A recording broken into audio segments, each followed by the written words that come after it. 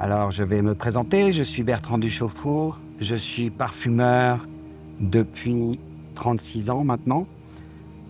J'ai eu la chance de commencer mon apprentissage à Grasse, la capitale des parfums.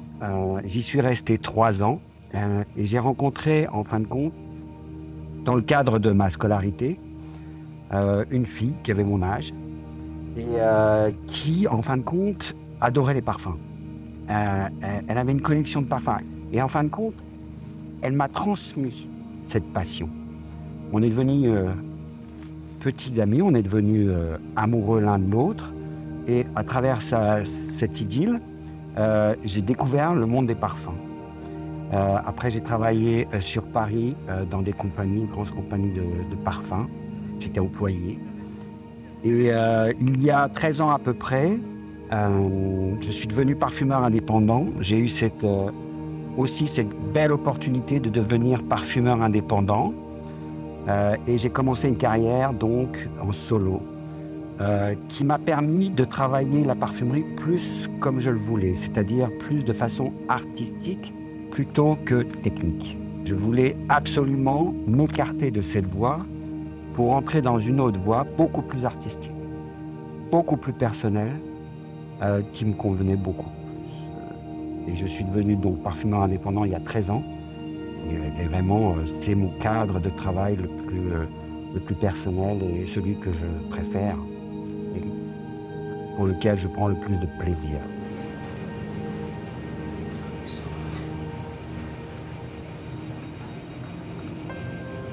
Alors, plusieurs choses m'inspirent. D'abord et avant tout, la nature. Pourquoi? Parce que la nature est la source d'odeurs extraordinaires à travers les fleurs, à travers les arbres, à travers les plantes aromatiques.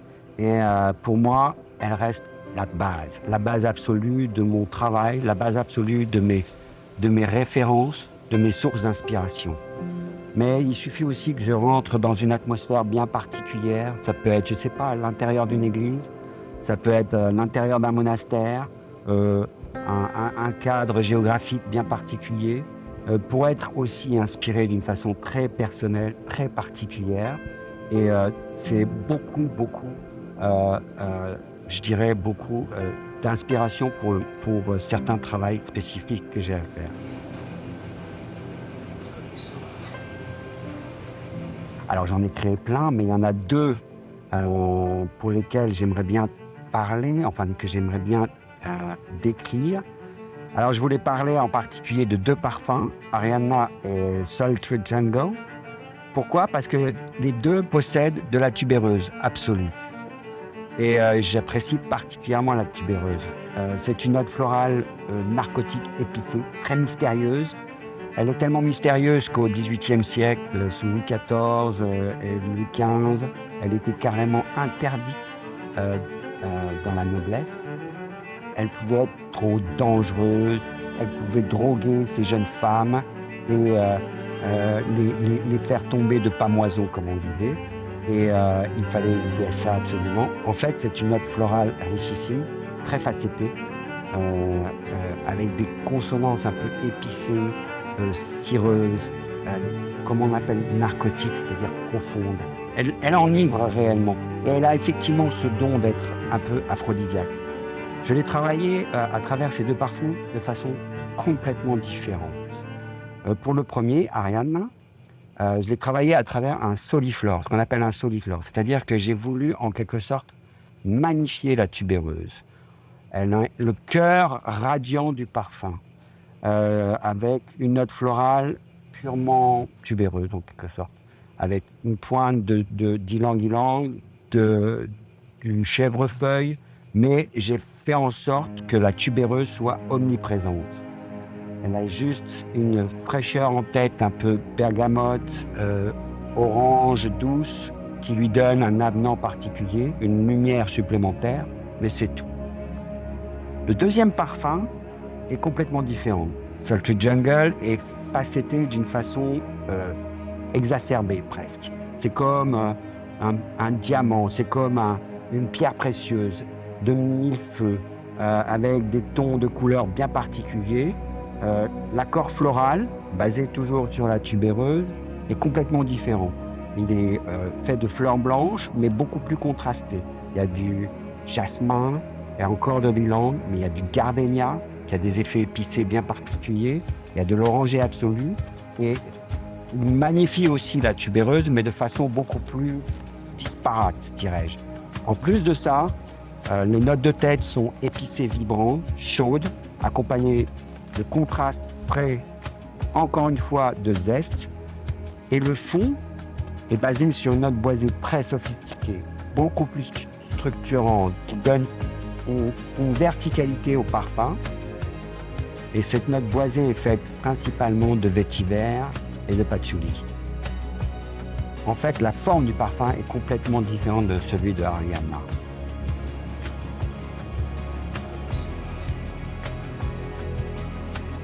Il y a quand même énormément d'avantages. Les matières premières naturelles donnent une couleur au parfum que les produits de synthèse ne donneront jamais. Pourquoi? Parce qu'ils ont un spectre olfactif comme si on pouvait travailler d'un bleu clair à un bleu foncé, une sorte de camaïeu dans les produits naturels que les matières premières de synthèse ne donneront jamais. Les matières premières naturelles donnent de la profondeur, donnent des patines bien particulières au parfum, donnent une vie au parfum qu'un produit de synthèse ne donnera jamais. C'est-à-dire que avec les produits naturels, on travaille par couche. C'est comme si on multipliait le nombre de pages du livre qu'on allait écrire. Mon goût pour les ingrédients a en fait évolué, mais j'ai toujours aimé les ingrédients naturels, riches. Par exemple, la tubéreuse en est un des meilleurs exemples, mais aussi l'iris, qui m'a toujours fasciné, même s'il est difficile à travailler. J'aime beaucoup tout ce qui est résine, les résines de myrrhe, les résines de peponax, qui donnent de la profondeur et un certain velouté au parfum. L'encens, évidemment, qui a toujours été transcendant pour moi. Pourquoi? Peut-être pour des raisons religieuses, un peu rituelles, mystiques. Eh ben, on a parlé de la tubéreuse, c'est un des produits quand même naturels les plus difficiles à travailler. Pourquoi? Parce qu'il est plein de facettes. Il a un aspect un peu médicamenteux qu'il faut savoir occulter dans le parfum. C'est assez difficile. Mais j'ai travaillé par exemple pour Sultry Jungle avec le Davana. Le Davana aussi est une note particulière en tête qui donne des effets liquoreux, un peu bois de chêne, fût de chêne, qui a des aspects vraiment particuliers et j'aime travailler avec ce genre de notes.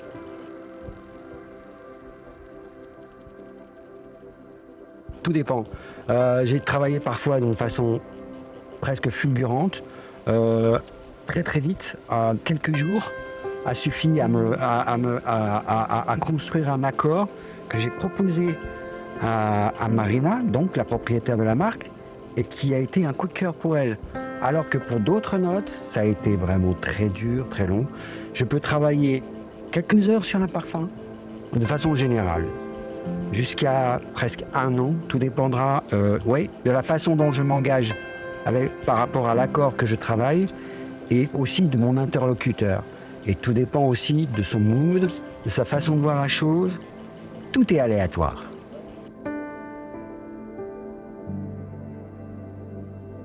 Je travaille timeless, c'est-à-dire que je peux travailler en dehors du temps. Je travaille avec les matières premières que je veux, les quantités que je veux. J'ai une liberté assez extraordinaire à ce sujet. Et c'est assez fantastique en fin de compte. C'est le rêve du parfumeur et c'est le rêve du créateur parfumeur. Exactement. Et je me suis permis de prendre tout le temps de travailler. Et l'air de rien, le temps, on travaille aussi pour le parfumeur. Puisque l'air de rien, travailler une formule, peser un essai, le laisser macérer. La macération travaille pour le parfumeur. C'est-à-dire que laisser macérer un produit pendant une semaine, ne serait-ce qu'une semaine ou deux, travaille autant que l'imagination du parfumeur sur le parfum qu'il est en train de créer. Et de pouvoir prendre ce recul est juste une chance inouïe, une chance extraordinaire que peu de parfumeurs ne peuvent avoir.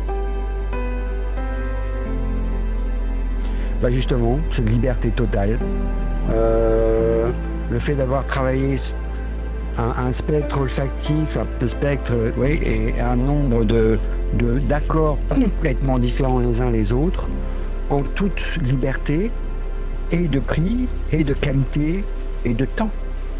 Rien de plus extraordinaire. Oh, ma collaboration avec Amafi était juste extraordinaire, optimale, simplement parce que d'abord j'ai travaillé un nombre de produits assez conséquent qui m'a permis de travailler, de créer dans des spectres olfactifs complètement différents les produits que j'ai faits, et surtout parce que j'avais tout le temps pour le travailler et l'argent que je voulais pour travailler avec des matières premières extraordinaires, sans limite de prix, dans des quantités optimales, et ça a été juste une expérience unique en son genre. Et à ce sujet, je remercie Amafi.